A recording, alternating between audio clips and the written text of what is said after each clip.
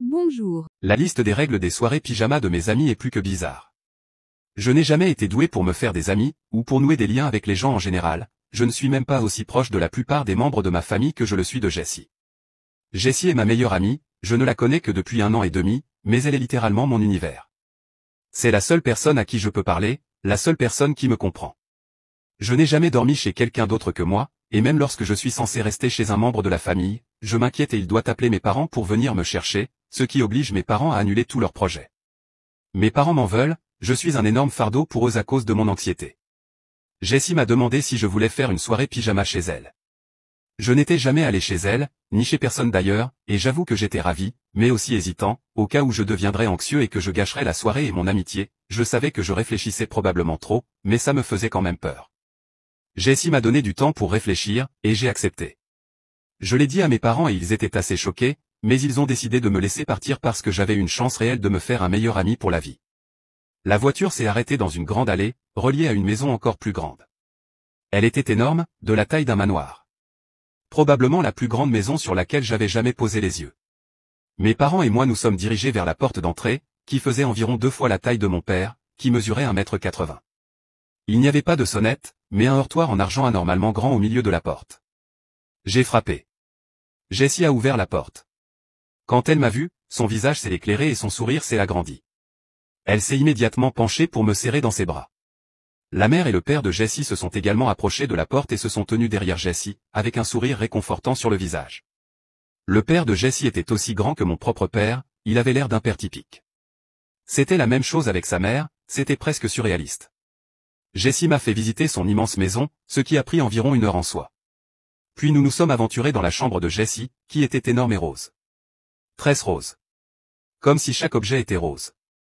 Après être resté un moment dans la chambre de Jess, à jouer à des jeux et à manger des bonbons, sa mère est entrée dans la pièce et a posé une feuille de papier A4 sur le lit de Jess. La façon dont elle marchait était si élégante et gracieuse, comme une ballerine. J'ai enlevé mes écouteurs et attrapé la feuille de papier. Elle disait. Règles de la soirée pyjama. Suivez ces règles pour vous assurer une soirée pyjama sûre et heureuse. 1. Ne mange pas trop de bonbons. Ils peuvent les sentir à des kilomètres à la ronde. 2. Ne quittez pas la chambre après 1h45 du matin. N'oubliez pas cette règle, votre vie en dépend.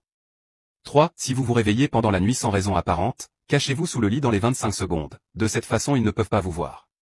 4. Ne prenez pas d'encas dans le mini-frigo entre 20h56 et 21h47, vous n'aimerez pas ce que vous trouverez.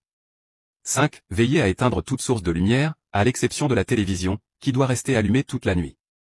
Je ne peux pas insister sur l'importance de ce point. 6. Si vous vous réveillez par hasard et que vous voyez Jessie assis bien droit, réveillez dans son lit, courez. Enfermez-vous dans la salle de bain et n'en sortez pas pour le reste de la nuit. Si Jessie frappe et dit qu'elle s'est blessée et a besoin d'aide, ignorez-la et ne répondez pas. 7. Si vous vous réveillez et entendez le bébé pleurer, ignorez-le complètement, ne bougez même pas, ce n'est pas le bébé. 8. N'essayez pas de parler à Jessie pendant la nuit, et si elle vous parle, ne répondez pas. C'est crucial si vous voulez rester en sécurité. 9. Si vous entendez un chien gémir et gratter à la porte de la chambre, traînez Jessie sous le lit, puis cachez-vous derrière l'étagère. Nous ne possédons pas de chien. 10. Si vous entendez un bourdonnement dans votre oreille, courez, quittez la maison, c'est la seule exception, si vous ne le faites pas, nous mourrons tous. Passe une bonne soirée pyjamatina, émoticône, sourire. Ça devait être une sorte de blague, ça ne pouvait pas être vrai, mais j'ai quand même l'impression que je devrais suivre ces règles flippantes. J'ai plié le morceau de papier et l'ai mis dans ma poche droite. Puis je me suis assis à nouveau pour jouer avec Jessie. Après environ 1 heure, le père de Jessie a ouvert la porte. C'est l'heure du coucher les filles, vous devez aller dormir, maintenant. Je suis soudain devenue très anxieuse, car c'est à ce moment-là que je devais commencer à suivre les règles effrayantes. J'ai retenu toute mon émotion parce que je ne voulais pas perdre un ami comme Jessie. Jessie et moi nous sommes mis au lit. On s'est mis en tête-à-tête pour que ma tête soit au fond de son lit. Bonne nuit Tina.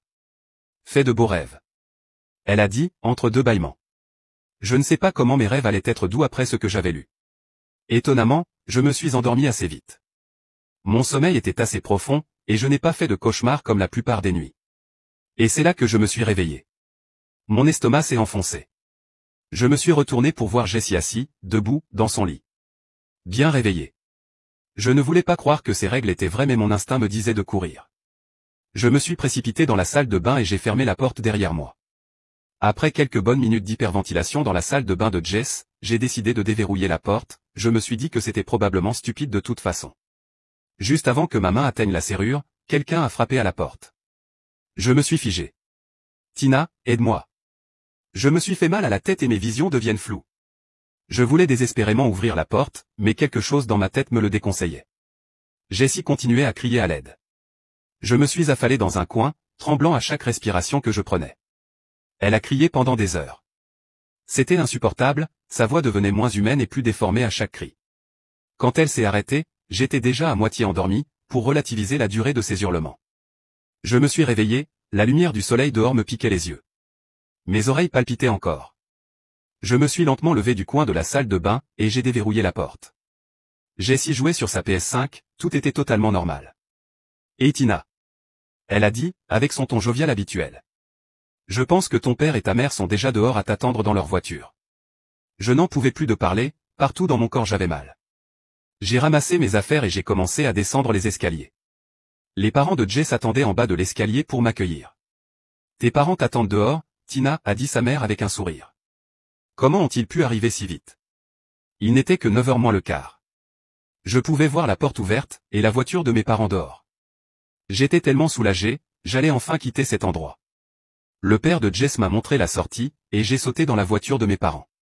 Je ne peux pas expliquer à quel point j'étais soulagé de revoir le visage souriant de mes parents. Jessie et sa famille m'ont salué alors que je partais.